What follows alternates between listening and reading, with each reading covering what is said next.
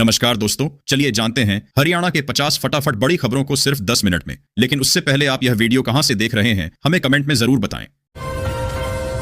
हरियाणा में किसानों के लिए हाईटेक सर्वे, एक प्लेटफॉर्म पर होगा सारा रिकॉर्ड। हरियाणा कृषि क्षेत्र में फसलों का डिजिटल सर्वे कराने जा रहा है, जिससे किसानों का रिकॉर्ड एक ही प्लेटफॉर्म पर उपलब्ध होगा। किसान रजिस्ट्री, एग्री स्टैक और डिजिटल क्रॉप सर्वे को अंतिम रूप दिया जा रहा है। राजस्व एवं आपदा प्रबंधन मंत्री विपुल गोयल के निर्देश पर यह योजना तैयार की गई है। इसके साथ ही किसान गेहूं, सरसों, चना और सूरजमुखी की फसलों का बीमा 31 दिसंबर तक करा सकते हैं। राष्ट्रीय लोक अदालत में रिकाई नर्ड निपटान, पंचकूला में 19,142 में से 18,339 मामले सुलझे। ट्रैफिक चालान वालों को सबसे ज्यादा राहत। पंचकूला में राष्ट्रीय लोक अदालत में रिकॉर्ड निपटान हुआ।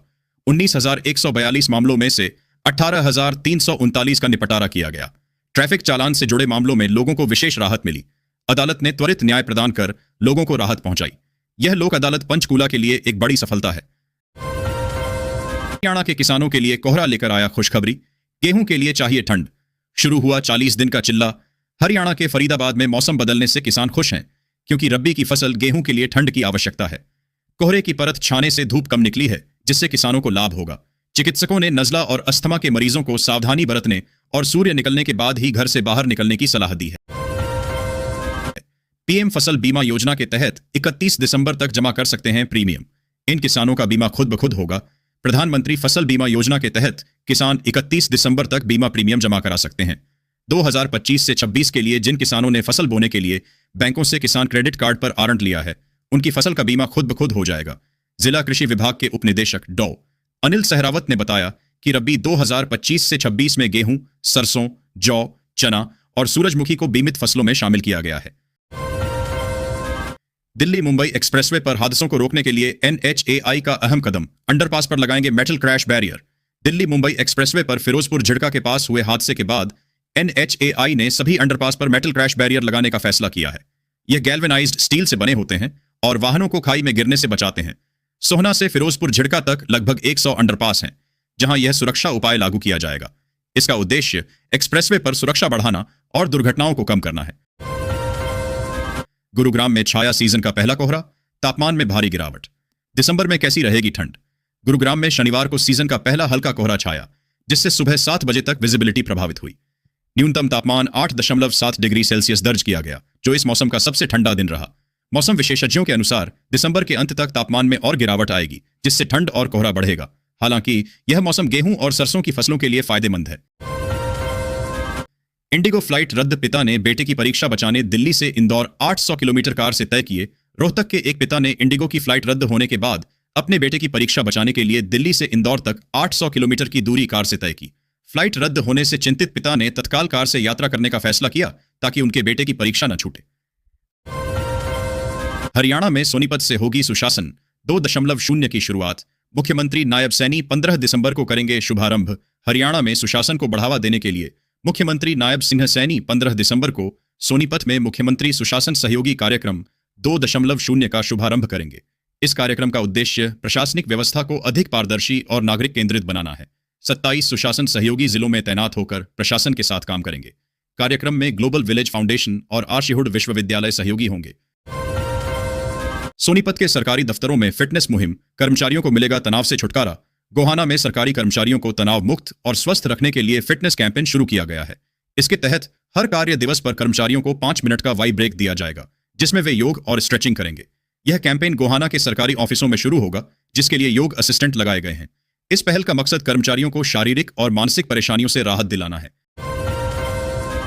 सोनीपत रोड को मिलेगा नया लुक। दिव्य नगर योजना के तहत डिवाइडर सौंदर्यीकरण शुरू। गोहाना के मेन सोनीपत रोड को दिव्य नगर योजना के तहत नया रूप मिलेगा। नई सब्जी मंडी से भगवान परशुराम चौक तक डिवाइडर का सौंदर्यीकरण होगा, जिसमें डेकोरेटिव लाइटें और पेड़ लगाए जाएंगे। नगर परिषद की सीमा पर संत कबीर का भव्य गेट बनेगा। सोनीपत रोड शहर की व्यस्त सड़कों में से एक है, जिससे ट्रैफिक बेहतर होगा। इस रोड के किनारे संत कबीर गेट बनने से इलाके की सांस्कृतिक पहचान भी मजबूत होगी। बिजली चोरी की खबर देने वाले को मिलेगा इनाम, नाम रहेगा पूरी तरह गुप्त। सोनीपत में बिजली निगम ने बिजली चोरी रोकने के लिए एक नई योजना शुरू की है। अब बिजली चोरी की सूचना देने वाले को जुर्माने का 10% इनाम मिलेगा और उसकी पहचान गुप्त रखी जाएगी। निगम ने शिकायत के लिए हेल्पलाइन नंबर जारी किए हैं।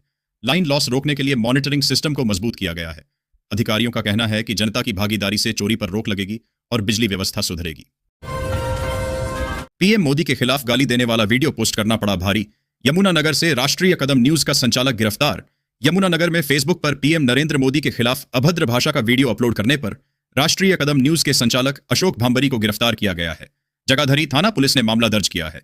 शिकायत में कहा गया है कि इस तरह की भाषा से सामाजिक सौहार्द बिगड़ने का खतरा है। आरोपी का कहना है कि उसने जनता की आवाज उठाई थी और पोस्ट डिलीट कर दी गई थी। सीएम नायब सैनी अचानक पहुंचे दिल्ली, केंद्रीय नेताओं से की मुलाकात। हरियाणा का सियासी पारा गर्म। हरियाणा के मुख्यमंत्री नायब सिंह सैनी शनिवार को अचानक दिल्ली पहुंचे, जहां उन्होंने केंद्रीय नेताओं और संघ के एक पदाधिकारी से मुलाकात की। यह दौरा भाजपा के नए प्रदेश अध्यक्ष के चुनाव की तैयारियों के बीच हुआ। मुख्यमंत्री ने फतेहाबाद में पंचनद सदन का उद्घाटन किया और फिर दिल्ली रवाना हो गए। 577 करोड़ की 22 परियोजनाएं अभी तक अधूरी। स्मार्ट सिटी की धीमी गति पर कुमारी सैलजा ने उठाए सवाल। कांग्रेस महासचिव सैलजा ने स्मार्ट सिटी मिशन के तहत करनाल और फरीदाबाद में 577 करोड़ रुपए की 22 परियोजनाओं के अधूरी होने पर सवाल उठाया। केंद्रीय मंत्री ने बताया कि 161 में से 139 परियोजनाएं पूरी हो चुकी हैं, लेकिन करनाल और फरीदाबाद में अभी भी कई परियोजनाएं लंबित हैं।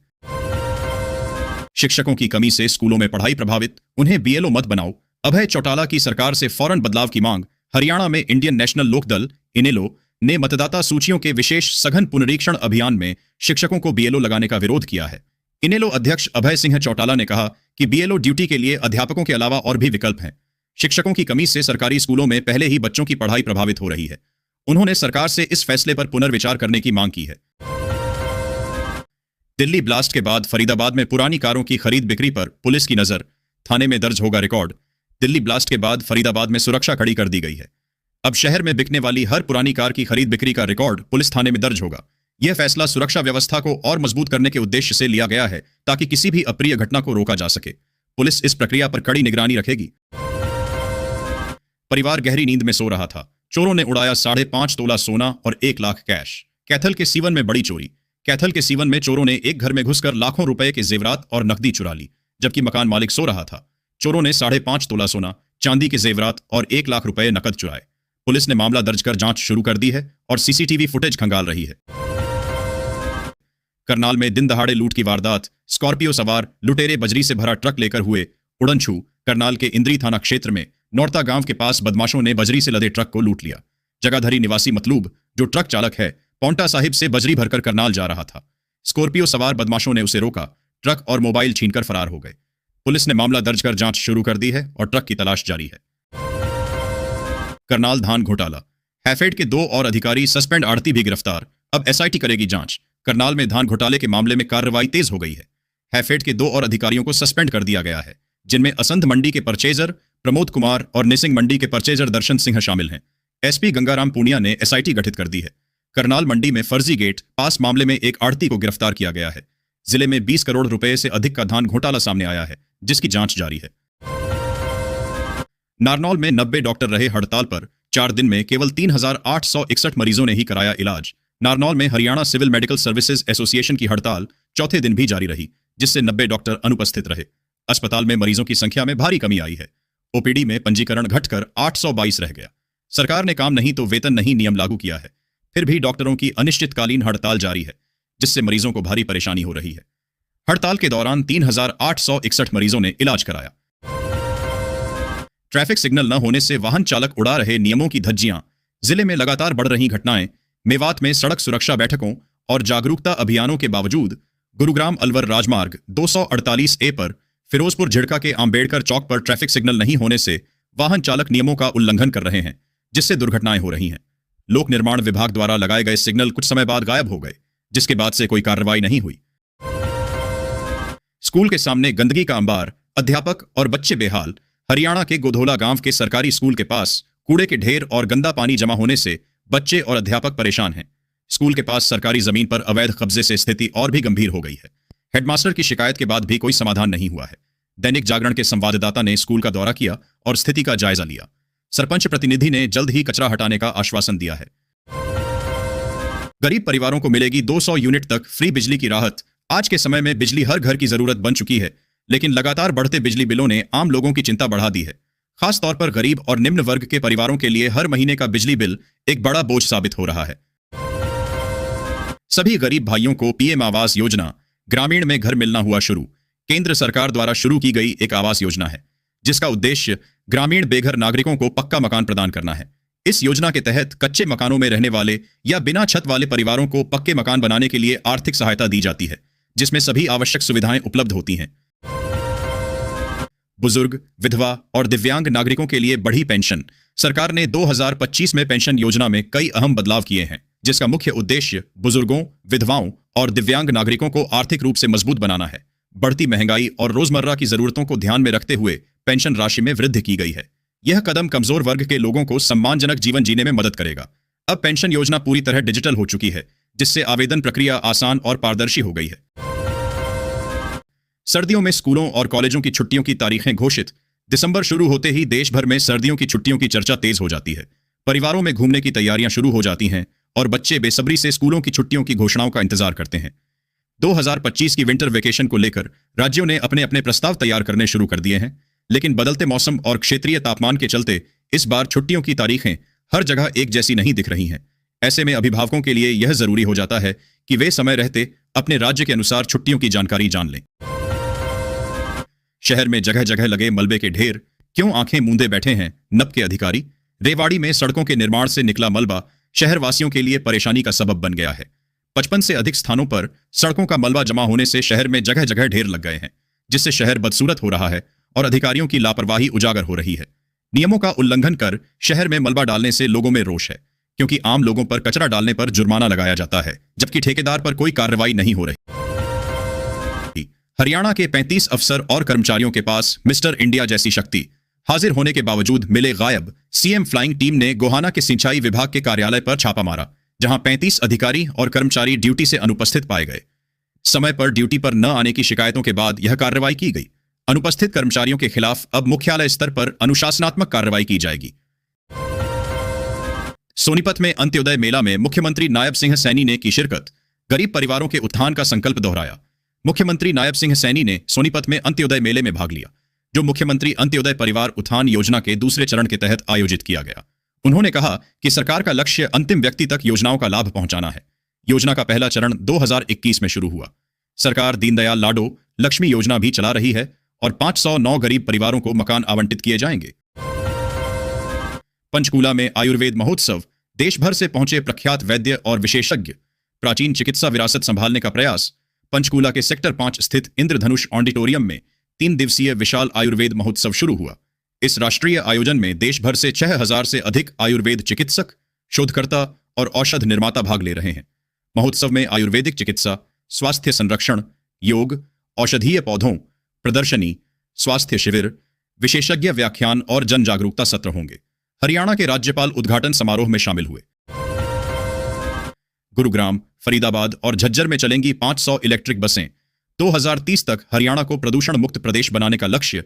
हरियाणा सरकार लगभग 1513 करोड़ रुपए के निवेश से गुरुग्राम, फरीदाबाद, सोनीपत और झज्जर में 500 इलेक्ट्रिक बसें चलाने जा रही है। यह पहल 2030 तक प्रदूषण मुक्त राज्य बनने के हरियाणा के लक्ष्य का हिस्सा है। विश्व बैंक ने वायु प्रदूषण से निपटने के लिए $305 मिलियन की राशि स्वीकृत की है, जिसमें राज्य सरकार के योगदान सहित कुल परियोजना लागत 3646 करोड़ रुपए है। इस परियोजना का मुख्य उद्देश्य विभिन्न क्षेत्रों में वायु गुणवत्ता में सुधार और उत्सर्जन को कम करना है। पीएम मोदी से मिले सीएम नायब सैनी, साझा किया हरियाणा विकास का रोड मैप। 24 दिसंबर को करनाल आएंगे अमित शाह। हरियाणा के मुख्यमंत्री नायब सैनी ने प्रधानमंत्री नरेंद्र मोदी और गृह मंत्री अमित शाह से मुलाकात की। उन्होंने बताया कि पीएम मोदी के नेतृत्व में गरीबों को सुविधाएं मिली हैं और हरियाणा में 2 बड़े कार्यक्रमों में उनकी उपस्थिति से राज्य 24 दिसंबर को करनाल आएंगे। अमित शाह, हरियाणा के मुख्यमंत्री नायब सैनी ने प्रधानमंत्री नरेंद्र मोदी और गृह मंत्री अमित शाह से मुलाकात की।